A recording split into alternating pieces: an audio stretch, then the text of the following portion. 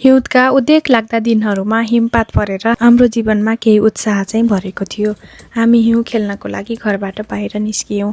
मैले छोरीको हात पकडेर उसलाई नडराओस् भनेर यो नयाँ वातावरणमा हौसला दिइरहेकी थिएँ। हुन त ऊ जन्मेदेखि नै हिउँमा हामीले लग्ने गरेका थियौँ, तर पनि उसलाई केही पनि याद थिएन। त्यसैले मैले उसलाई कस्तो रमाइलो छ है भन्दै हौस्याउँदै बाहिर निकालेकी थिएँ। पछि फेरि मैले उसलाई एक्लै हिँड्न छाडिदिएँ ताकि ऊ यस्तो वातावरणमा पनि कन्फिडेन्ट भएर अगाडि बढ्न सकोस् भनेर।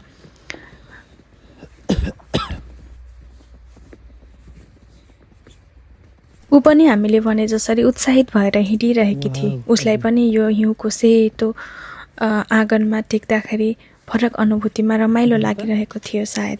राम्रो छ हिउँ?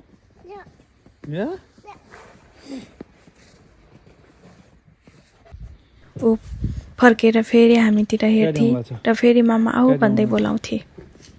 घर अगाडि मात्र के उभिराख्नु भनेर हामी फेरि एकछिन हिउँको रमाइलोमा तलतिर हिँड्यौँ।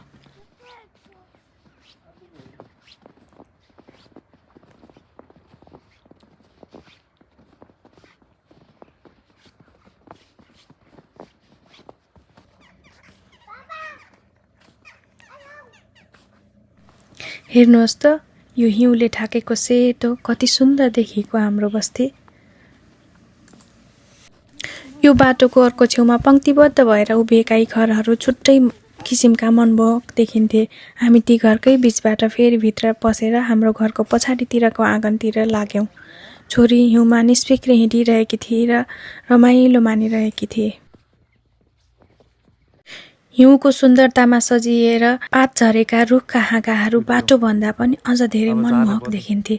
मैले झरेको एउटा हाँगा उठाएर त्यसमा भएको हिउँ झारेर फेरि अर्को रमाइलो अनुभूति गरेँ। म एकदमै उत्साहित थिएँ।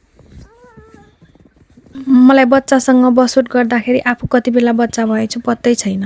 म बच्चा जसरी फेरि हिउँमा ढलेँ। म ढलेको देखेर छोरी पनि के भयो भनेर मेरो नजिक आउँदा मैले उसलाई पनि तिमी पनि म जस्तै सुत्ने भनेर भन्दाखेरि उसले हुन्छ भने। अनि ऊ अलिकति नर्भस भइरहेकी थिए। मैले तानेर उसलाई बसालेर तिमी पनि सुत न भनेर भन्दा ऊ पनि मजाले मेरो छेउैमा पल्टिए। ओहो, हामी आमा छोरी यसरी सुत्दाखेरि कति प्यारो देखिएको यो दृश्य। पछि गएर हेर्दाखेरि यो हामी छोरी यसरी हिउँमा सुतेको यो पल एकदमै अविस्मरणीय बन्नेछ।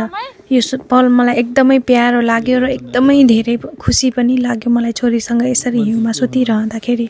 ऊ सानी बच्चा हो, सबै कुरा कहाँ रमाउन जान्दछ र त्यसैले मैले कहिलेकाहीँ उसलाई कर गर्छु, जिस्काउँछु, चलाउँछु, ऊ नाइनास्ती गर्छे, तर पनि फेरि मेरो हल्ला र रमाइलोमा ऊ हाँसेरै छाड्छे। अहिले पनि ऊ नाइ भन्दा भन्दै फेरि मुस्कुराएरै छाडी। यसरी नै कहिले कर गर्दै कहिले पकाउँदै मैले उसलाई नयाँ अनुभवहरूसँग बानी पार्ने गरेकी छु। ओहो, नाङ्गो हातले यसरी धेरै बेर हिउँ छुँदाखेरि त चिसो होइन, खुर्सानीको पिरो लागे जसरी पोल्दो रहेछ र हात आफै तातिएर आउँदो रहेछ। मलाई पनि त्यस्तै भयो र मैले चाहिँ अब धेरै हिउँ छुन नसक्ने भएँ। यता छोरी र बाबाले चाहिँ स्नोमान बनाउने भनेर हिउँहरू जम्मा पारेर आफ्नो प्रयास गरिराखेका थिए। हामीले स्नोमान त त्यति राम्रो बनाउन सकेनौँ, तर पनि हामीले यो पललाई चाहिँ एकदमै रमाइलो गरी बितायौँ। जे होस्, हिउँले हाम्रो खुसीमा एउटा रमाउने बहाना थपिदियो र हामी परिवार खुसी भएर बस्यौँ।